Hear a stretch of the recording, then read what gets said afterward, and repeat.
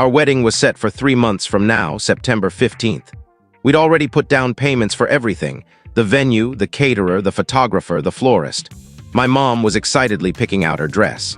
Emily, my fiancée, had been dreaming aloud about our Bali honeymoon for over a year. Then one image turned our world upside down. I'm Nathan, 32 years old. Emily is 30.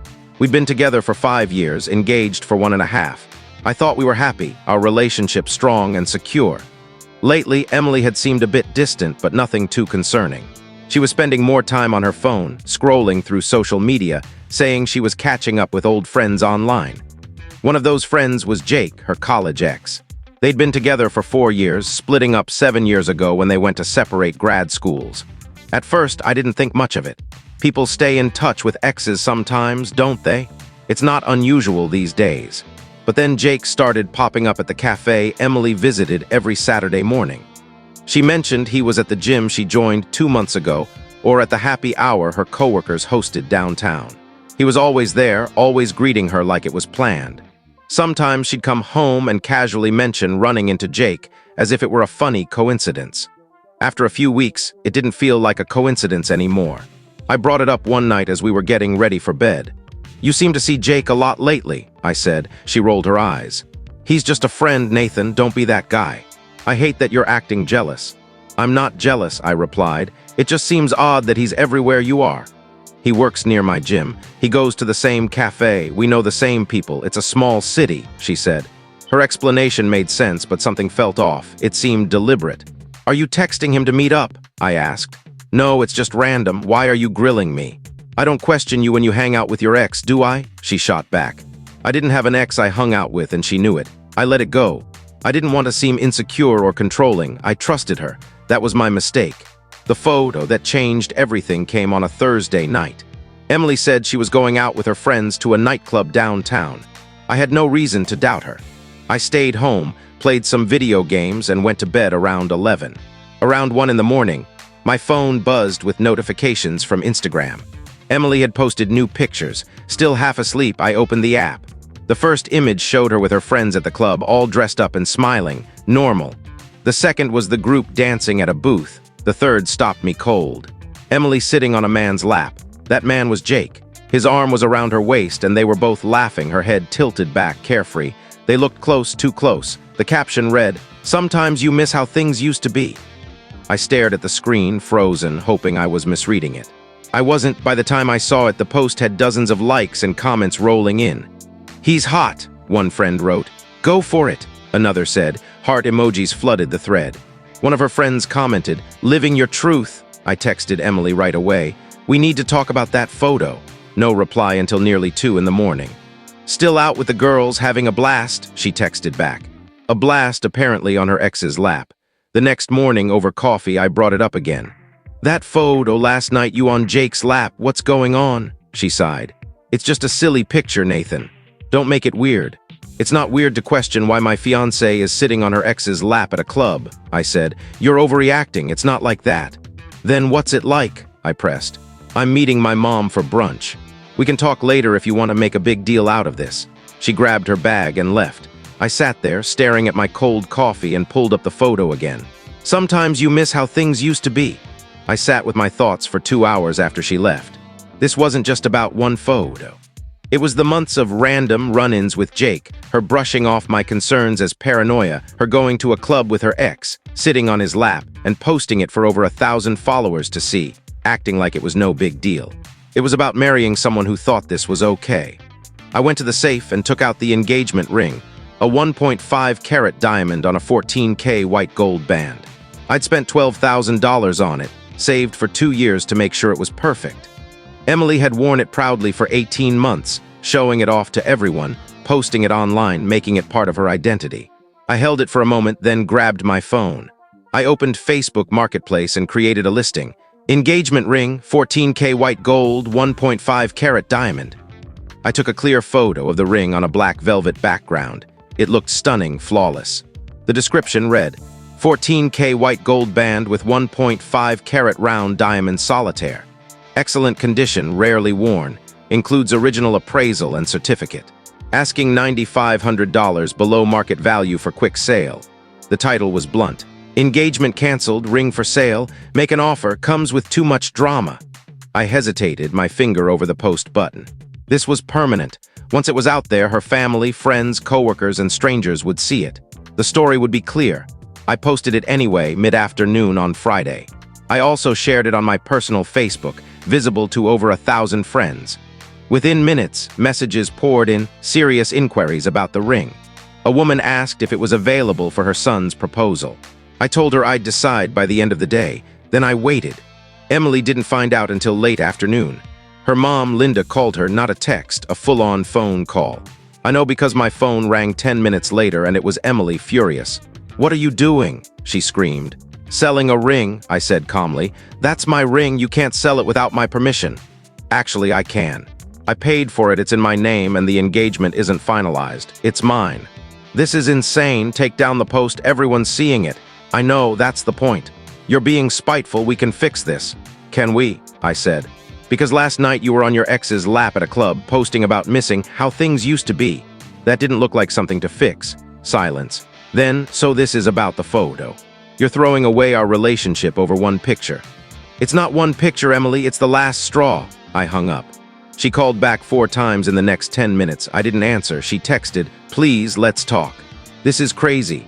I didn't reply. The fallout was faster than I expected. My phone rang again, her dad, Michael. "Nathan, what's going on? Emily's a mess. Ask your daughter why she was on Jake's lap at a club last night posting about missing the past," I said. I sent him the photo. He went quiet. "She did what?" he finally said. That single word carried everything. "I found out about this online," he added. "Yeah, same as everyone else." He didn't say much after that, just that he'd deal with it, and hung up. From what I heard later, through my mom, who heard from Linda's sister, who Emily called in tears, Michael showed Linda the photo, my listing, my post, everything. Linda was livid, not at me, but at Emily. "What were you doing on your ex's lap?" she reportedly demanded. Emily tried to downplay it. "It was just a photo, Mom." Linda wasn't having it. "A photo you posted for everyone to see 2 months before your wedding." By that evening, the story had spread to Emily's entire family, cousins, aunts, uncles. A friend of mine who works at the local news station called around 6. "Is this real, the ring post?" he asked. "Yeah," I said. "This is wild. Can we run it as a story?" "Go for it." "Want to go on camera?" I thought about letting it fade quietly, but it was already too big. My mom had told her friends, Emily's family had told theirs. It was out there. "Yeah," I said. "I'll do it." The news reached out to Emily for comment. She declined, having her mom respond on her behalf, saying further communication would go through her lawyer. The story aired that night at 10. Social media drama ends engagement. They showed my posts, the marketplace listing, the photo with Jake. They even had screenshots of the comments. The anchor chuckled as she read my caption aloud. "Engagement canceled, ring for sale, make an offer, comes with too much drama." "Well," she said, smirking, "he certainly made his statement." By Saturday morning, the story had been shared thousands of times. Local Twitter was buzzing and Reddit had picked it up. People debated whether I was right or too harsh. I didn't read much of it. That day, I met a buyer, a woman named Karen, at a cafe downtown. She was purchasing the ring for her daughter's engagement. We finalized the sale. She gave me $9,500 in cash, and I handed her the ring in its velvet box. "Thank you," she said. "I hope things go better for you next time." I smiled. "I think they will." Surprisingly, I felt at peace. Not angry, not even hurt, just relieved, like I'd shed a heavy burden. Emily went into damage control. She called me dozens of times over the weekend. I didn't pick up. She texted, "I'm sorry, it was dumb. The photo meant nothing. Please don't do this."